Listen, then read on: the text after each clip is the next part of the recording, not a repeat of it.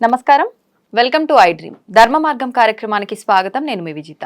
ప్రస్తుతం మనతో పాటు ఉన్నారు ప్రముఖ జ్యోతిష వాస్తు పండితులు బ్రహ్మశ్రీ అన్నవరపు తిరుపతి మూర్తి అవధాని గురుగారు. ఇప్పుడు వారితో మాట్లాడి మరిన్ని విషయాలు తెలుసుకుందాం. నమస్కారం గురుగారు. ఓం శ్రీ మహాగణాధిపతయే నమః. గురుగారు, మనకు సెప్టెంబర్ మాసంలో చంద్రగ్రహణం రాబోతుందని చెప్పి వింటున్నాం. అయితే 17న 18న చంద్రగ్రహణం రాబోయేది. ఈ గ్రహణ ప్రభావం మన దగ్గర ఉండే అవకాశం ఉందా? ఉంటే కనుక మనం ఎటువంటి నియమాలు పాటించాలి? ఇంకొకటి, చంద్రగ్రహణం తర్వాత ఇప్పుడు ఏదైతే జల ప్రళయాలు వస్తున్నాయో ఇటువంటి ప్రళయం ఇంకొకటి రాబోతుంది అని చెప్పి కూడా వింటున్నాం. ఇదంతా నిజమే అంటారా? ఓం శ్రీ మహాగణాధిపతయే నమః. వాగర్ధావివ సంపృక్తౌ వాగర్ధ ప్రతిపత్తయే జగతః పితరౌ వందే పార్వతీ పరమేశ్వరౌ ఉమామహేశ్వరాభ్యాం నమః.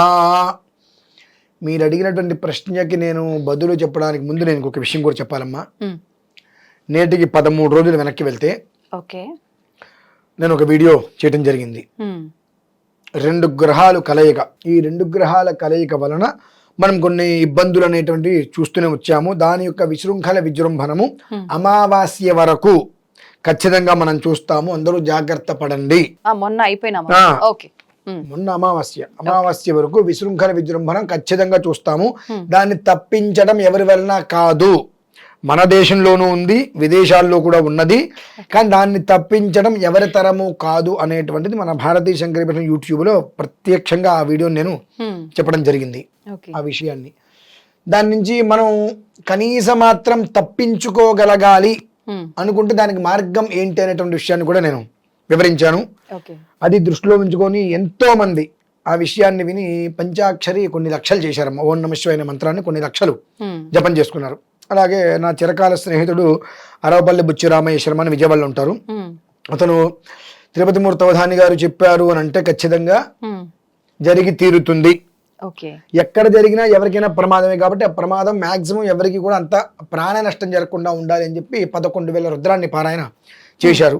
అమావాస్య వరకు ఎలాంటి నష్టము కలగకుండా ఉండడానికి చేసుకోండి అని చెప్పి నేను కూడా కేదార్నాథ్ వెళ్ళా.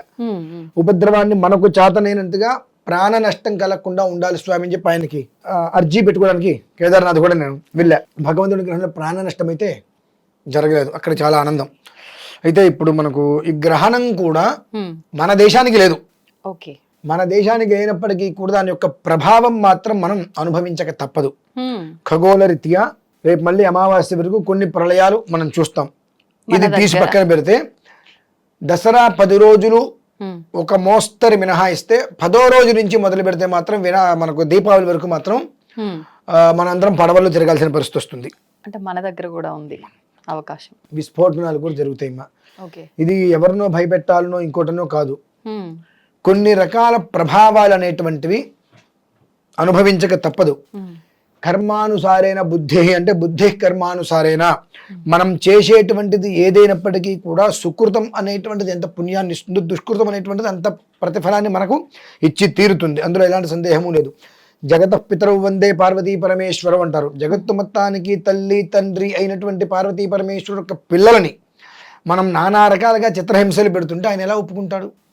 1. 2, స్వతహాగా కూడా ఇప్పుడు ఏ 2 గ్రహాల కలయికతోటి నడుస్తుందో వాతావరణం మొత్తం కూడా ఇబ్బందికరంగా, ఇప్పుడు గ్రహణం సమయం నుంచి తత్మాగ్రహాలు కూడా ఈ 2 గ్రహాలకి మిత్రభావంతో ఉంటే ఇలా కలిసిపోతాయి. అంటే దుర్మార్గానికి తోడు కలిస్తే ఏమవుతుంది?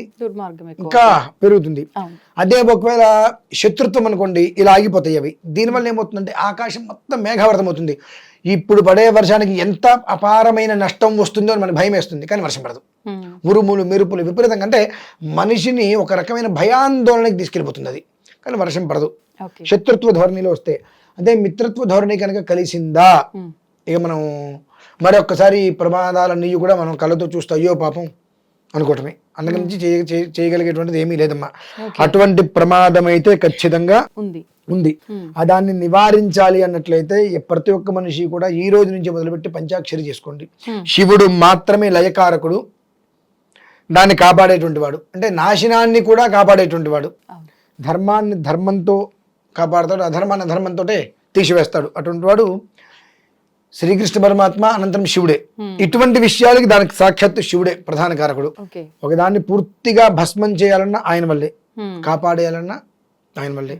అన్ని లక్షల పంచాక్షరి అంత 11,000 రుద్రం చేయబట్టి అదే విజయవాడలో చేశారు వీళ్ళంతా. చేయబట్టి ప్రాణ నష్టం కలగలేదు.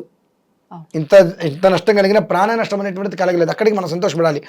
ఆ రకంగా మృత్యుంజయుడు కాబట్టి ఆయన్ని ఆరాధిస్తూ ఉంటే ప్రాణ నష్టం జరగకుండా ఉంటుంది. First of all. 2, మీ ఇళ్ల పరిసరాలలో ఎక్కడైనా బ్రహ్మసూత్రం కలిగిన శివలింగం కనుక ఉంటే, శివాలయం ఉంటే ఆయనకి ఆ రోజు అర్చన చేసుకోవడం మొదలు పెట్టండి. గ్రహణం రోజు ఈ రోజు నుంచి అర్చన చేసుకోవడం మొదలు పెట్టండి.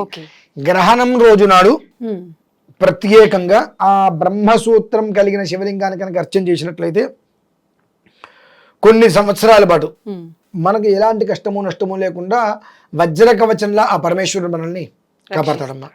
ఎందుకంటే అదే రోజు నాడు నేను పెద్దకల్లేపల్లిలో ఉంటున్నా. ఎందుకంటే అక్కడ పెద్దకల్లేపల్లిలో కొన్ని సంవత్సరాల పూర్వం ప్రతిష్ఠ చేసినటువంటి బ్రహ్మసూత్రం గల శివలింగం ఉంది. 90 రోజుల క్రితం అక్కడ దానికి మనం కుంభాభిషేకం చేసాం, మహాకుంభాభిషేకం. అనంతరం మొన్న ఈ వరదలు వచ్చినప్పుడు ఆలయం వరకు కొన్ని నీళ్లు వచ్చి ఆలయంలో దర్శనానికి భక్తులు ఎవరు రాలేకపోతే అక్కడ ఒక పెద్ద చెట్టు మీద చాలా పెద్ద నాగుపాము వచ్చింది. ఎక్కడి నుంచి వచ్చిందో తెలియదు. 2 రోజులు అదే చెట్టు మీద ఉండి అందరికి దర్శనం ఇచ్చింది. అదే చెట్టు మీద ఉండి 2 రోజులు దర్శనం ఇచ్చింది. నీళ్ళు ఎప్పుడైతే వెనక్కి వెళ్ళిపోయినాయో ఆ నీళ్ళతో పాటు సర్పం కూడా ఇటు వెళ్ళిపోయింది. చాలా పెద్ద సర్పం. నాకు ఫొటోస్ కూడా పంపించారు. ఆలయానికి ఆగ్నేయం దిక్కున రుద్రభూమి, తూర్పుకి దక్షిణ వాహిని కృష్ణ, దాన్ని దక్షిణ కాశీ అంటారమ్మా. కృష్ణ మనకు ఈశాన్యం వైపు వచ్చేటప్పటికి మళ్ళీ ఉత్తర ఈశాన్యం వైపు 12 జ్యోతిర్లింగాలు ఉన్నాయి. ఉత్తర ఈశాన్యం వైపు అంటే ఉత్తరానికి ఈశాన్యానికి మధ్యలో 12 జ్యోతిర్లింగాలు ఉంటాయి అక్కడ ఖచ్చితంగా. అలానే ఉత్తరం వైపు పైకి వచ్చినట్లయితే కనుక అక్కడ మనకు నవగ్రహాలు, ఆంజనేయ స్వామి ఆలయం అవన్నీ అక్కడ ఉంటాయి. విశేషమైనటువంటిది ఆ ఆలయంలో నేను ఆ రోజు అక్కడే ఉంటా. స్వామివారికి ఆరాధన చేసుకుంటూ బ్రహ్మసూత్రం కలిగిన శివలింగం దానికి ఆరాధన చేసుకుంటూ ఆ రాత్రి కొంతమంది నాతో వస్తున్నారు అక్కడికి. ఆ రాత్రి గ్రహణ సమయంలో కొంతమందికి మంత్రోపదేశం చేస్తున్నా. అంటే అసలు మన దగ్గర లేదని అన్నారు కదా. లేదు, దాని యొక్క ప్రభావం అయితే అనుభవిస్తున్నాం కదా. దాని యొక్క ప్రభావం అనుభవిస్తున్నాం. ఆ మంత్రం అనేటువంటిది ఉపదేశం తీసుకొని కనుక రోజు ఒక 114 సార్లు ఒక 90 రోజులు చేసుకోగలిగితే బహుశా తర్వాత కొన్ని సంవత్సరాల పాటు దాని యొక్క ప్రభావం అనేటువంటిది మన జోలికి ఏది కూడా రాకుండా శుచిస్మితంగా ఉంటుంది. అంతకన్నా ఇబ్బందికరమైన మాట ఏమిటి అంటే 3 రాశుల వారికి అయితే ఇబ్బందులు. ఏ రాశులు గురుగారు? సింహరాశి, మకర రాశి, కుంభరాశి. వీరు ముగ్గురికి మాత్రం కుటుంబ పరంగా, ఆర్థిక పరంగా, శారీరకంగా, మానసికంగా ఎట్నుంచి చూసినప్పటికీ కూడా కన్స్ట్రక్షన్స్ లో కావచ్చు, 2-3 కలిసి పెట్టుబడి పెట్టి వ్యాపారాలు చేస్తారు. అన్నీ కూడా సంబంధం లేకుండా ఒకళ్ళ మీద ఒకళ్ళ మాటపడి విడిపోయి చాలా ఇబ్బందికర వాతావరణాలు అయితే పడతారు. వారందరూ కూడా సాధ్యమైనంత వరకు ఈశ్వరారాధన చేసుకోగలిగితే బయటపడే అవకాశాలు ఎక్కువ ఉంటాయి. ఇప్పటికే వాళ్ళు ఇబ్బందులు పడుతున్నారు. కానీ ఈ గ్రహణ ప్రభావం మన దేశానికి లేనప్పటికీ కూడా దాని యొక్క ఛార్జీలు అయితే మనం ఖచ్చితంగా అనుభవించి తీరక తప్పదు. అంతకు మించిన విషయం ఏంటంటే తర్వాత మరొక గ్రహణం కూడా సూర్యగ్రహణం ఉంది. దాని యొక్క ప్రభావం కూడా అత్యంత ప్రమాదకరంగానే ఉంటుంది. అంటే ఎప్పుడూ కూడా 2 గ్రహాలు అనేటువంటివి కలిస్తే ఒక మంచి ఒక చెడు జరుగుతుంది. కానీ ఆ కలిసేటువంటి సమయం ఉండేటువంటి లగ్నం ఏదైతే ఉంటుందో ఆ లగ్నం కనుక చరలగ్నమా, స్థిర లగ్నమా, ద్విస్వభావ లగ్నమా అనేటువంటి విషయం చూసుకోవాలి. ఆ లగ్నాన్ని అనుసరించి దాని యొక్క ప్రభావం అనేటువంటి మొత్తం అంతా చుట్టుపెడుతూనే ఉంటుందమ్మా. కాబట్టి ఆ 3 రాశుల వారు జాగ్రత్తగా ఉండాలి. ప్రతి మనిషి ప్రమాదాలు జరగకుండా జాగ్రత్తగా ఉండాలి అనుకుంటే కనుక ఈశ్వర ధ్యానం చేసుకుంటున్నట్లయితే జరిగేటువంటి దాని నుంచి కొంచెమైనా బయటపడి క్షేమంగా కడుపుకు తినడానికి వాళ్ళకి ఇబ్బంది లేకుండా ఉంటుందమ్మా. అయితే ఇప్పుడు ముఖ్యంగా గ్రహణాలు అనగానే మిగతా వాళ్ళకన్నా ఎక్కువ గర్భిణీ స్త్రీలు జాగ్రత్తలు పడాలంటారు కదా. మరి మన దగ్గర లేదు కానీ ప్రభావం ఉంది, మరి వాళ్ళు ఎటువంటి జాగ్రత్తలు తీసుకోవాలి? నుంచి బయటికి రాకపోవడం అదొకటి సార్. ఎందుకంటే అది మన కాలమాన ప్రకారం 18 ఉదయం వస్తుంది. అంటే వేరే దేశాల్లో ఉంది. ఆ దేశాన్ని అనుసరించి మన కాలమాన ప్రకారం ఉదయం 18 మార్నింగ్. కానీ పౌర్ణమి గడి అనేటువంటిది 17 రాత్రే ఉంది. కానీ మంత్రోపదేశ విధానాలన్నీ కూడా ఆ రాత్రే మనం చేసుకోవాలి. ఇంట్లో చేసిన నిత్య క్రతువులు, ఆబ్దిగాదులు ఇవన్నీ కూడా ఉదయం 10:30 తర్వాత చేసుకోవచ్చు. 10:30 వరకు గర్భిణీ స్త్రీలు కొంచెం ద్రవ పదార్థాలు తీసుకుంటే చాలు. తర్వాత స్నానాలు చేసుకొని మొత్తం అంతా చేసుకోవచ్చు, ఇబ్బంది ఏం లేదు దానివల్ల. అది విషయం. సంతోషం గురుగారు, చాలా మంచి విషయాలు తెలియజేశారు. ధన్యవాదాలు.